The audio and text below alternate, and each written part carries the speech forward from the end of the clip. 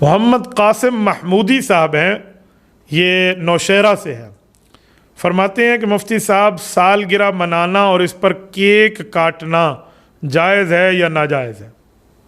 بے محل خوشی ہے، بے موقع خوشی ہے، یہ خوشی کہیں اسلام میں اس طرح ثابت نہیں ہے۔ سالگرہ، اس کا ترجمہ کیا ہے؟ کبھی آپ نے سوچا؟ سالگرہ یعنی 1 سال آپ کی عمر سے گر گیا، تو آپ کو تو پریشان ہونا چاہیے کہ میری عمر کم ہوتی جا رہی ہے، کوئی سال چڑھا تو نہیں ہے جو آپ خوش ہو رہے ہیں۔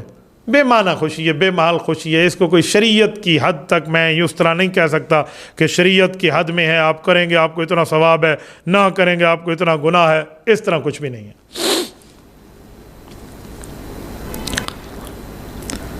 محمد صدیق صاحب پوچھتے ہیں، السلام علیکم مفتی صاحب، اپنا رنگ گورا کرنے کے لیے کریمیں لگانا یا رنگ گورا کرنے کے انجیکشن لگوانا کیسا ہے؟ خیر ہے، اللہ آپ کو سلامت رکھے۔ رنگ گورا کرنے کے لیے میرے خیال میں کریمیں تو سنی تھی، انجیکشن میں نے نہیں سنا۔ آج کل شاید انجیکشن آ گیا ہو، تو بہرحال فی نفس ہی کوئی منع نہیں ہے، کریم بھی آپ لگا سکتے ہیں، نو ایشو، اچھی بات ہے۔ اپنے آپ کو بندہ خوبصورت کرے تو خوبصورتی اللہ کو بھی پسند ہے، اور اس کے لیے انجیکشن ہو تو ڈاکٹر حضرات سے مشورہ کر لیں گے، اس سے رنگ آپ کا اچھا رہے گا، صحت آپ کی اچھی رہے گی، تو کوئی مسئلہ نہیں ہے، انشاءاللہ تعالیٰ ٹھیک ہو جائے گا۔ لیکن یہ بھی دیکھیں کہ وہ رنگ ہمیشہ اس پہ گورا رہتا ہے یا 10 دن بعد ایک انجیکشن ٹھکوانا پڑتا ہے۔ یہ نہ ہو کہ آپ رنگ گورا کر کے انجیکشن لگوا لیں، اور بہت اچھا رنگ گورا کرنے کے لیے انجیکشن لگوا لیں اور اس کے بعد رشتہ بھیج دیں، اور اگلے آپ کو اس لیے پسند کر لیں ماشاءاللہ چٹا بگا بھورا ہے، اور اس کے 10 دن بعد آپ کا سارا اصل چیز سامنے آ جائے۔ اب تو مرد ہے نا، وہ وہاں تو تھا کہ دلہن نے میک اپ دھویا اور دلہا رویا، تو اب یہاں الٹ ہو جائے کہ وہ دلہن بیچاری پریشان ہو جائے، بھئی اے پتہ نہیں میرا خاوند ہے یا نہیں، کوئی اور تو نہیں۔ تو اس طرح کچھ نہ ہو، دھوکہ دینے کے زمرے میں آتا ہے۔ ہاں اگر مستقل طور پہ ایسا ہے تو پھر آپ اس ترتیب کو سامنے دیکھ لیا کریں، ورنہ عجیب دنیا ہے، عجیب لوگ غلط اس پہ کوئی کیمنٹ کرتا ہے، کوئی کیا کہتے ہیں رنگ کے چکر میں، کچھ لوگ کہتے ہیں جی وزن بتائیں عورتوں کا تو اتنا ہے، میک اپ کر کے دیکھیں تو وزن اتنا بڑھ گیا ہے۔ پتہ نہیں، میں تو ایک بندے سے عجیب بات سن رہا تھا کہ جی اسرائیل علیہ السلام نے صبح ان کو دیکھا، اپنی ٹیم کو کہا جی اس کی روح نکالنی ہے، اور رات کو اس کا میک اپ اتر گیا، جب وہ فرشتے آئے تو کہتے ہیں کس کی قبر، کس کی میت پہ آ گیا۔ ایسا کچھ نہیں ہے بھائی، شریعت میں ایسا نہیں ہے، شریعت میں اس کی پوری ترتیب لے کر آتے ہیں، تو آپ ان چکروں میں نہ پڑ جائیں۔ باقی فی نفس ہی کوئی منع بھی نہیں ہے اور حرمت کے معاملات نہیں، لیکن ڈاکٹر سے پوچھ لیں کہیں سائیڈ ایفیکٹ نہ ہو جائے، کہیں آپ کے معاملات اور خراب نہ ہو جائے۔ عام طور پہ یہاں لوگوں کے اس طرح معاملات خراب ہو جاتے ہیں۔ محمد زاہد صاحب ڈیرہ اسماعیل خان سے پوچھتے ہیں، مفتی صاحب آج کل شادیوں پہ یہ رواج چل رہا ہے کہ جب دولہے والے بارات لینے آتے ہیں تو دولہے سے زبردستی پیسے لے لیے جاتے ہیں، اور پھر ان پیسوں سے بعد میں دعوت کا بڑے زور و شور سے اہتمام کیا جاتا ہے۔ جو احبا اور دوست اس پیسہ کھینچنے کے چکر میں ہوتے ہیں تو وہ لے لیتے ہیں اور بعد میں دعوت کرتے ہیں تو کھاتے ہیں، یہ سب اس میں شریک ہوتے ہیں۔ ایسی دعوت میں پہنچنا، پیسے لینا اور پھر دعوت کھانا جائز ہے یا نہیں ہے؟ پکا ٹھکا غلط ہے۔ آپ کسی سے بغیر اس کے دل کی خوشی سے پیسے لے کر آپ دعوت کھا رہے ہیں، حرام کھا رہے ہیں۔ حدیث پاک میں ہے کسی کا مال کھاؤ تو اس کی دل کی خوشی سے، اس کے دل کی رضا سے، تب آپ کے لیے جائز ہے، ورنہ جائز نہیں ہے۔ تو عجیب دنیا ہے، لوگوں نے یہاں عجیب ترتیبیں رکھی ہوئی ہیں۔ مجھے اتنی بھی کارگزاریاں آئی ہیں کہ دلہے سے انہوں نے پیسے لینے تھے، جی ہم نے اتنے 1000 روپے لینے، اور وہ بیچارہ اتنے دینے کے پوزیشن میں نہیں تھا، تو اس نے باقاعدہ جعلی نوٹ منگوائے، نقلی نوٹ جیب پہ رکھے تھے جو عام طور پہ اصلی لگیں، وہاں جا کر دے دیے۔ دیکھو غلط کا بدلہ غلط ہو گیا نا۔ تو اب وہ جعلی نوٹ جتنے آگے جائیں گے، اگر کسی نے نہ دیکھا تو وہ سارا گناہ اس دلہے کے سر بھی جائے گا اور ان لوگوں کے سر بھی جائے گا۔ کوئی جوتا چھپائی ہے، کوئی کیا معاملہ ہے، کوئی کیا، یہ شریعت کی چیزیں نہیں ہیں۔ شریعت میں 6 چیزوں کی شادی ہے، 2 فرض ہیں، 1 واجب ہے، 3 سنت ہیں۔ ایجاب و قبول فرض ہے، آفر اور ایکسیپٹ، اور اس کے بعد 2 مسلمان کم از کم گواہ شرط ہے۔ یہ فرائض ہیں، اس کے بغیر شادی نہیں ہوتی۔ 1 واجب ہے حق مہر دینا، حق کے مہر کے بغیر شادی تو ہو جاتی ہے لیکن دینا ضروری پڑتا ہے، اس لیے تسمیہ کرنا چاہیے، طے کرنا چاہیے، 1 واجب ہے۔ 3 چیزیں ہو گئی، 3 سنتیں۔ خطبہ نکاح پڑھنا سنت ہے، سامنے کھجوریں پڑی ہوں تو پیارے پیارے طریقے سے آرام سے لوگوں کو اوپر بکھیر دیں، تو یہ ہے۔ اور اس کے بعد دعوت ولیمہ سنت ہے، جس میں غربا کو ہی بلایا جائے۔ تو یہ چیز ہے۔ 7ویں چیز تو نہیں ہے مایوں ہے، مینڈی ہے، مہندی ہے، آگا ہے، پتہ نہیں جوتی چھپائی ہے، چپل چھپائی ہے، پیسے نکلوانے ہیں، لیلا شیلا کومڑا، یہ پتہ نہیں عجیب آپ نے ترتیبیں رکھی ہوئی ہیں، خون کے اوپر سے چل کے جانا ہے، یہ کوئی شریعت کو ثبوت نہیں ہے۔ اور اس طرح کرنا، اس کی دعوت کرنا اور اس کو کھانا بھی جائز نہیں ہے۔ اس طرح کے کوئی کھانے میں اگر آپ کو بلاتا ہے تب بھی جائز نہیں ہے۔ ورنہ میں نے ایک جگہ دیکھا، ہمارے پنجاب کا ایک کلپ مجھے کسی نے واٹس ایپ کیا، تو انہوں نے کہا جی ہمیں آپ نے پیسے دینے ہیں، دولہے کو پکڑ لیا، انہوں نے کہا جی کتنا، انہوں نے کہا 50,000۔ اس نے کہا اچھا 50 کو 50 کہتے ہیں نا، تو 50,000 پنجابی میں۔ تو اس نے کہا جی ٹھیک ہے، اس نے جیب سے 50 نکالا، اس نے کہا ویکھو کنے نے، انہوں نے کہا جی 50۔ پھر اس نے 1,000 کا نوٹ لکھا، کنے نے، کہا جی 1000 کا، ہو گیا 50,000۔ چلو 1050 دے کے اس نے 50,000 50,000 بنا لیا۔ تو اس طرح کے ساتھ پھر اس طرح ملتے ہیں۔ تو یہ چیزیں نہیں ہونی چاہیے، اس کو صحیح ترتیب۔ پتہ نہیں آپ کن جیسی شادیوں کے، میرے الحمدللہ کئی شادیاں، مجھے تو کسی شادی میں اس طرح کے چکر نہیں دیکھنے پڑے، نہ مجھے معلومات ہے، نہ میری کسی شادی میں اس طرح کے معاملات ہوئے ہیں۔ میری الحمدللہ 7 بہنیں، ہم نے کسی شادی میں اس طرح کے معاملات نہیں کیے، نہ ہمارے ساتھ ایسے ہوا ہے۔ تو شاید جو کرتے ہیں ان کو پھر بھرنا بھی پڑتا ہے، اس لیے نہ کریں اور نہ بھریں۔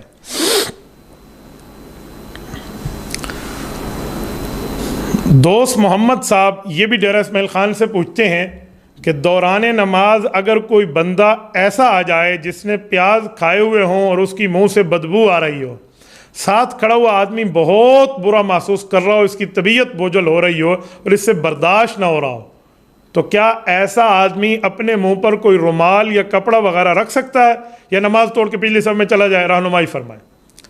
بھائی پیاز کھا کے یا اس طرح بو والی چیزیں کھا کے، کچا پیاز، یہ آپ مسجد نہیں آ سکتے۔ آپ آئیں گے تو گناہ ہوگا، آپ بو کے ساتھ فرشتے بھی تکلیف میں ہوں گے، بندے بھی تکلیف میں ہوں گے۔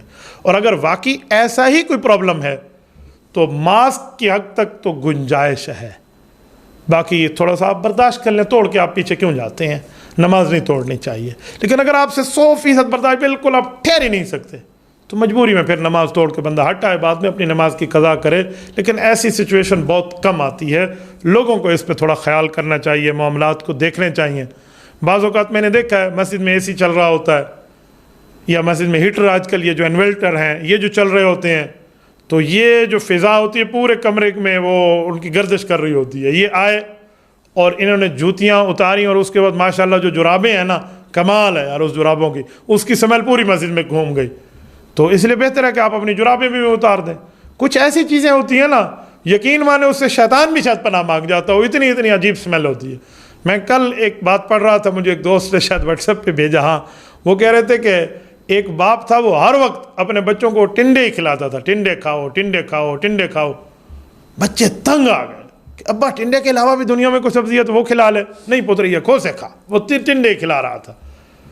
تو ایک دن بچے آ کر سامنے بیٹھے اور بچے نے یوں کھانا شروع کیا۔ اب باپ اس پر روب جھاڑ رہا ہے، بسم اللہ نہیں پڑھتے؟ اب اس نے پڑھی تو تھی، آہستہ پڑھی تھی، لیکن باپ کو چھیڑنے کے لیے جواب دینے کا، کیوں بسم اللہ پڑھوں؟ باپ نے کہا تو بسم اللہ نہیں پڑھے گا تیرے ساتھ شیطان کھائے گا۔ اس نے کہا ابا مجھ سے قسم اٹھوا لے، شیطان بھی ٹنڈے کھا کے تھک گیا ہوگا، وہ نہیں کھائے گا آج۔ لیکن بات تو ایسی ٹھیک تھی کہ وہاں سے برکت اٹھ جاتی ہے۔ تو عجیب دنیا میں معاملہ ہو جاتا ہے۔ تو یہاں اس طرح کی چیزیں آج کل جو شروع ہو جاتی ہیں نا، تو اس معاملات سے، اس طرح بو کی ترتیبوں سے بچنا چاہیے تاکہ اس میں کہیں دوسرے دوستوں کو تکلیف نہ ہو۔ یہ ایک دوست پوچھتے ہیں مفتی صاحب نیا سال شروع ہو رہا ہے تو نیا سال منانا، ہیپی نیو ایئر اور ان کی مبارکبادیں دینا یہ کیسا ہے؟ یہ ذہن میں رکھ لیں کہ نیا سال منانا اور ہیپی نیو ایئر کی تقاریب میں جانا یہ ہماری روایت نہیں ہے، یہ مغرب اور مشرق کے معاملات کا فرق ہے، یہ مغربی انگریزوں سے متاثر لوگوں کی روایات ہے۔ باقی سال کے شروع میں آپ مبارکباد دے دیں، قرآن حدیث سے یہ کہیں ثابت نہیں ہے، لیکن منع بھی نہیں ہے، آپ دعا دے دیں اللہ آپ کے اس سال کو مبارک فرما دے۔ وہ اسلامی سال شروع ہو رہا ہو محرم سے، یا وہ شمسی سال شروع ہو رہا ہو قمری یا شمسی جنوری سے شمسی سال، اس کی مبارکبادی آپ دے سکتے ہیں۔ تو محرم میں بھی دے سکتے ہیں کہ اللہ آپ کو یہ سال آپ کے اوپر مبارک فرمائے، تو وہاں اسلامی سال شروع ہو رہا ہے جس کو ہم قمری سال کہتے ہیں، یہ شمسی سال ہے، بعض لوگ اسے بھی اسلامی کہتے ہیں لیکن کچھ لوگ کہتے ہیں نہیں یہ فلاں کے بنے ہوئے ہیں۔ بہرحال تو جنوری میں بھی آپ مبارکبادی اس طرح دینا چاہیں کہ دعا تو ٹھیک ہے، لیکن ہمارے علماء کی ترتیب ہے کہ اس میں پہل نہ کی جائے۔ کوئی آدمی آپ کو مبارکبادی کہے تو آپ کہیں جی ٹھیک ہے اللہ آپ کو مبارک کرے، جواب میں بندہ کہہ لے، کیونکہ یہ قرآن حدیث میں کہیں بھی نہیں ہے۔ ہاں یہ تو ہے نیا مہینے کا چاند طلوع ہوا، آپ علیہ السلام نے دیکھا تو دعائیں کی ہیں، اللہم علینا بالیمن والایمان والسلامۃ والاسلام ربی و ربک اللہ، اس طرح مختلف الفاظ اور بھی ہیں۔ تو یہ دعا تو مہینے کے چاند پہ تو ثابت ہے جو آپ علیہ الصلوۃ والسلام نے کی، لیکن اس کو سال کی بنیاد پر یہ حدیث پاک میں ملتا نہیں ہے، تبھی میں نے اس کو جائز کہا ہے، اس کو منع بھی نہیں کہا اور کار ثواب اور نیکی بھی نہیں کہا، کیونکہ جس کا پروف اور ثبوت نہ ملے ہم اس کو کس بنیاد پر یہ سوال کر رہے ہیں۔ یہ عبداللہ عرفان صاحب ہیں ڈیرہ اسماعیل خان سے، یہ پوچھتے ہیں مفتی صاحب آج کل کچھ لوگ آئے ہوئے ہیں کمپنی والے کہ کنگھی سے ٹوٹے ہوئے بال جو ہیں یہ ہمیں دے دیں، ہم اس کو 2,000 روپے کلو کے حساب سے لیں گے، شرعی طور پہ یہ کنگھی والے جو بال ہیں ٹوٹے ہوئے یا کنگھی میں پھنسے ہوئے تو ان کو بیچنا، ان کی خرید و فروخت کیسے ہے؟ بھائی عبداللہ عرفان صاحب یہ بات آپ ذہن میں رکھیں کہ جو شریعت چیزوں کو بیچنے اور خریدنے کی بات کرتی ہے تو اس میں انسانی اعضاء کی خرید و فروخت کی بات شریعت نہیں کرتی۔ یہ انسانی بال ہے، کسی عالم دین اور فقیہ ملت نے انسانی بال بیچنے کی اور اس کے خریدنے کی اجازت نہیں دی، تو اس کو آپ بیچ نہیں سکتے۔ ہاں کسی بزرگ کسی اللہ والے کی بال مبارک ہو اس کو بطور ہدیہ آپ اپنے پاس رکھ سکتے ہیں، جیسے رسالت مآب علیہ الصلوۃ والسلام کی زلف مبارک کو، منہ مبارک کو آج تک عقیدت اور احترام سے رکھا جا رہا ہے۔ حضرت معاویہ رضی اللہ عنہ، حضرت خالد بن ولید رضی اللہ تعالیٰ عنہ، ان سب نے اپنے پاس عقیدت اور احترام سے رکھا ہے، لیکن بیچا تو نہیں ہے نا۔ تو عام بال بھی نہیں بیچا جا سکتا۔ ہمارے فقہا نے، شامیہ نے اور باقی فقہا نے یہاں تک لکھا ہے کہ کافر بندے کے بال کو بھی آپ نہیں بیچ سکتے، کیوں؟ انسانی تکریم ہے، انسانی عزت ہے، تو آپ ان بالوں کو آگے فروخت کرنے کے معاملات میں، بیچنے کے معاملات میں اس طرح آپ آگے نہیں جا سکتے، اس سے آپ کو شریعت اسلامیہ نے روکا ہے۔